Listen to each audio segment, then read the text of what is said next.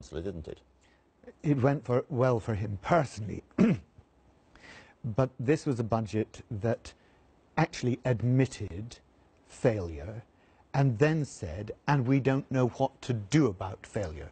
Because if you look at the numbers going forward, they've admitted that growth is down by 0.5%, that productivity is down by 0.7%, and investment is down by 1.5%.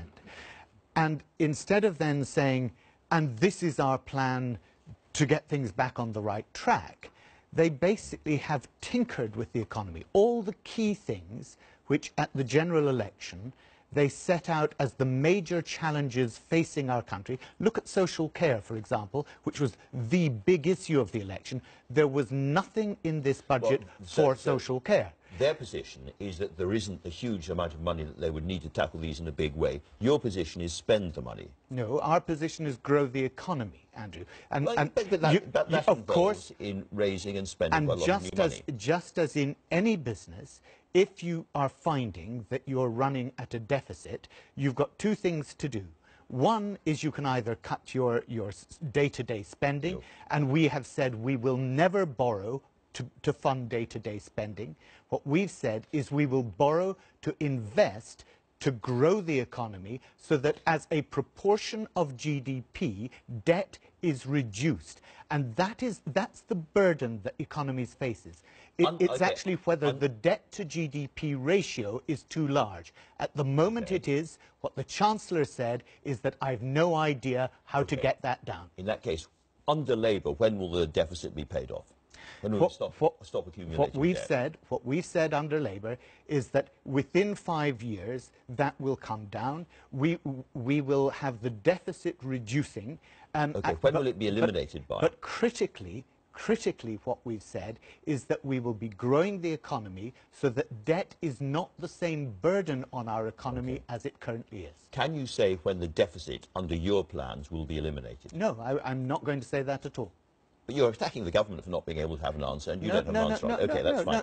No, sorry. Don't put words in my mouth, okay? I didn't attack the government for the time frame in which they said that they would actually eliminate the deficit.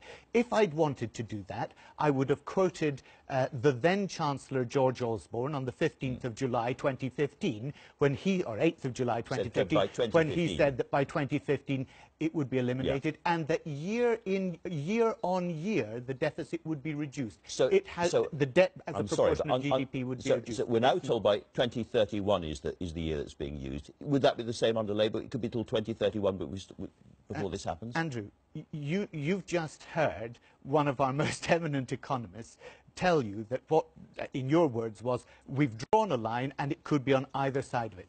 Anybody who wants to forecast what our economy is going to be like in 2031 here, 14, 15 years ahead of that date, when we have not even determined what the Brexit negotiations are going to look like, would be foolish. And you know that as well as I do. You mentioned the Brexit negotiations kindly, so let me turn directly to that and the Irish border question. We have two propositions really on the table in the newspapers and in the political forums at the moment this morning. One is, as it were, the Irish government's proposal, which is that Northern Ireland should be effectively inside some kind of customs union and single market, and in those circumstances there does not have to be a border between Northern Ireland and Southern Ireland, as things are at the moment. Then there is the alternative position, Nigel Dodds and the government saying, actually, it's very important that Northern Ireland comes out of the customs union, comes out of the single market with the rest of us, and in those circumstances, that's what matters most. Which side are you on?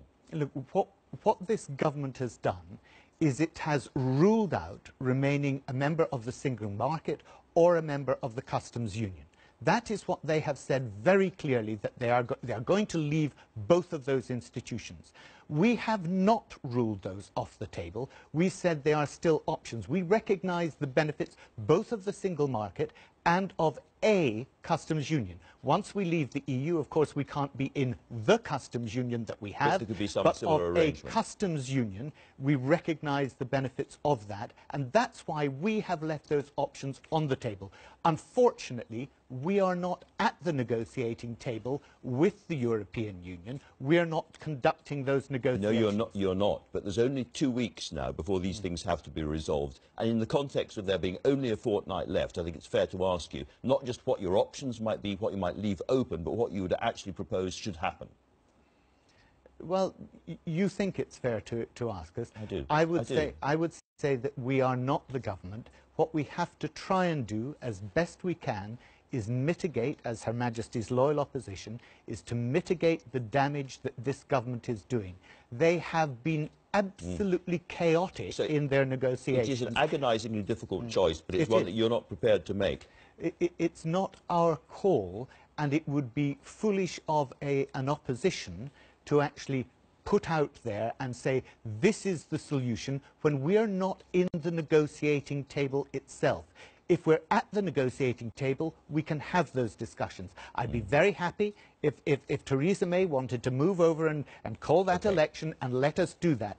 But until we're round that table, it's not sensible to say what you can get out of the negotiations, because you're not sitting there like you and I are, looking at the whites of each other's eyes and getting a deal. That's what we need. It's quite easy, however, as well, not to make that choice. We have 2 weeks, as I say, to go. What happens if we don't get an agreement within those 2 weeks?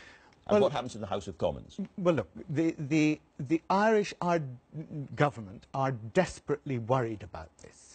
We're all desperately worried about this, but they in particular are worried because, of course, their economic growth depends on the trade relations that they have with the UK. It used to be much larger, but now it's about 17% still. It's a huge slice of their economy.